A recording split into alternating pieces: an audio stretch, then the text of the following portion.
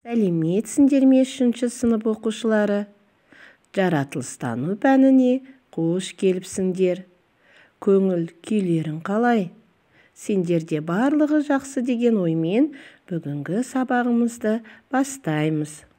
Сабақтың тақырыбы қатты, сұйық және газ түріндегі заттар. Сенің білетінің заттың 3 күйі. Сенің меңгеретінің заттарды күйі бойынша жіктеу. Ақпарат көздерін қолдану. Суретке қара. 3 суретте не ортақ? Барлық 3 затты не біріктіреді? Әрине, су. Су, мұз, бу бір зат екенін білесің. Зат бір күйден екінші күйге ауысады.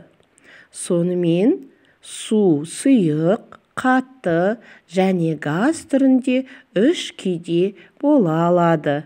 Айналамыздағы заттарға назар аудар. Олар қандай күйде? Су сияқты сұйық, қатты, газ тәрізді заттарды байқадың ба? Біздің айналамыздағы заттарды түрлі түрде кездестіре аламыз. Заттар газ тәрізді күйде болады. Шардың ішінде сығылған ауа болады. Заттар сұйық күйде кездеседі. Мысалы, шырын, сүт, өсімдік майы, спирт, бензин. Сонымен қатар қатты күйде де болады. Қатты денелерге мысалдарды көп келтіре аламыз. Мысалы, тас, мақта, қағаз, құм тәрізді заттар қатты болады. Әр түрлі күйдегі заттың өзіне тән қасиеті, ерекшелігі болады. Бірақ күйіне байланысты ортақ қасиеті болады. Ал енді солармен танысайық. Қатты заттарды белгілі бір пішіні мен көлемі болады. Оларды қолмен ұстауға болады. Сұйық зат аққыш және пішінін оңай өзгертеді. Оны түрлі ыдысқа құюға болады. Газдың тұрақты пішіні болмайды. Ол берілген көлемді толықтай толтырады. Олар оңай сығылады. Енді тапсырманы орында. Кестедегі заттардың атын оқы. Олардың күйін анықта. Әр топтағы заттарды қатты, сұйық немесе газ тәрізді деген атаудың бірімен атауың керек.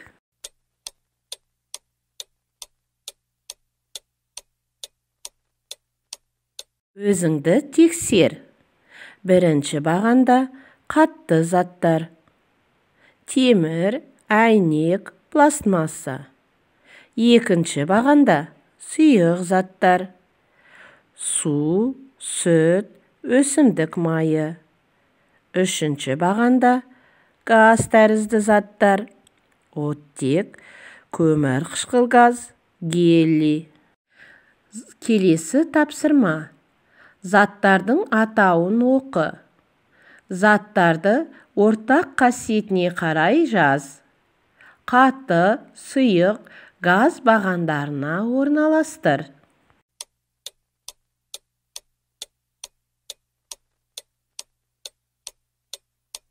Өзіңді тексер. Қатты заттарға шыны, құм, темір жатады. Сұйық заттарға бензин, спирт, глицин жатады. Газ күйіндегі заттарға ауа, оттек жатады. Сенің де жауабың осындай болды деген ойдамын. Заттың күйі қалай өзгереді? Судың күйінің ауысатынын білесің бе? Ал басқа заттардың күйі өзгере ме? Дұрыс ойлайсың. Барлық заттың күйі өзгеруі мүмкін. Төмен температураның әсерінен сұйық зат қатып, сұйық күйден қатты күйге айналады. Қыздырған кезде қатты зат сұйық затқа айналады. Мұз суға айналады. Сұйық затты қыздырғанда буға айналады. Енді ойымызды дамыту үшін бейнебаянға назар аударайық.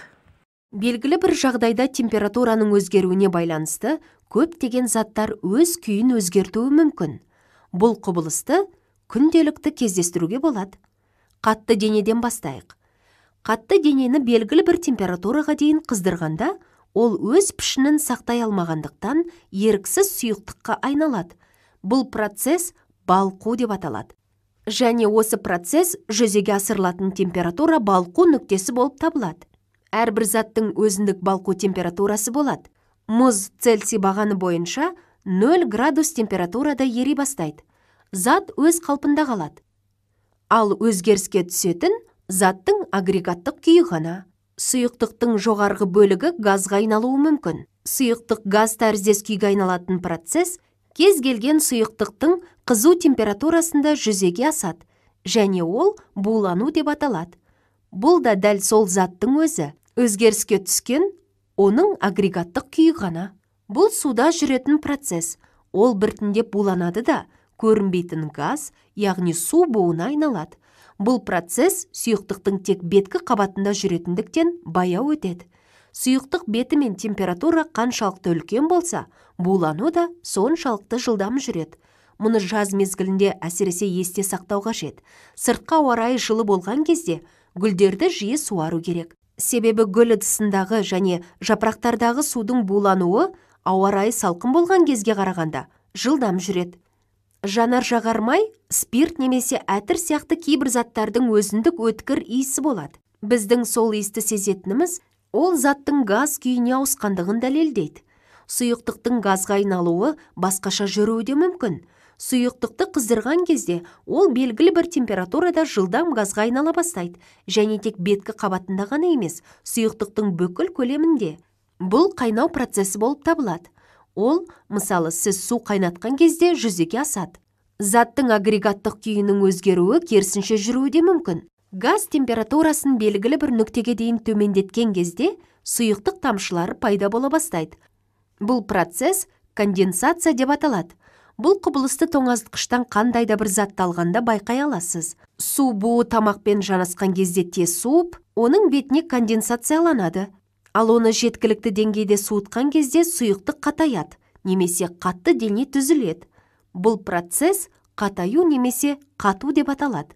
Ал осы процесс жүзеге асырылатын температура қату температурасы деп аталады. Нақты бір заттың балқу және қату температуралары бірдей болып табылады. Ол дегеніміз, салқындатылған су Цельсий бағаны бойынша 0 градус температурада қатады, немесе қатаяды. Мұз да дәл сондай температурада ериді.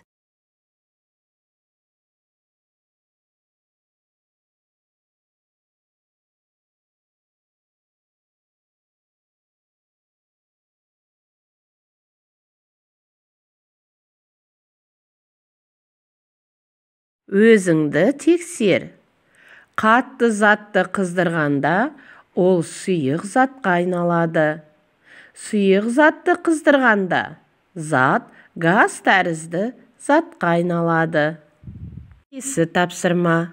Суретке қара. Заттардың үдеріске дейінгі және кейінгі күйін сипатта. Шай мен сүт үдеріс барысында қандай өзгеріске түсті? Оларда зат күйінің ауысуынан басқа қандай өзгерістер болды? Өзіңді тексер. Шайға қант салғанда шай тәтті шайға айналды. Шай сұйық күйінен өзгерген жоқ. Сүт факторларының әсерінен құртқа айналды. Сұйық күйден газ бөліп, қатты күйге ауысты. Түрлі күйдегі заттар қандай қасиеттерге ие болады? Қатты, сұйық және газ тәрізді заттар пішінін қалай өзгертеді? Қалай сығылады? Өзіңді тексер. Қатты заттың көлемі мен пішіні өзгермейді, сығылмайды. Сұйық заттар пішінін сақтай алмайды. олар ағады, оңай құйылады. Сұйық заттар қандай ыдыста болса, сол ыдыстың пішініне ие болады. Сығылмайды. Газ тәрізді заттардың нақты пішіні мен көлемі болмайды. Өзінің контейнерінің көлемін алады. Оңай сығылады. Сабағымызды қорытындылай келе, тест тапсырмаларына жауап берейік.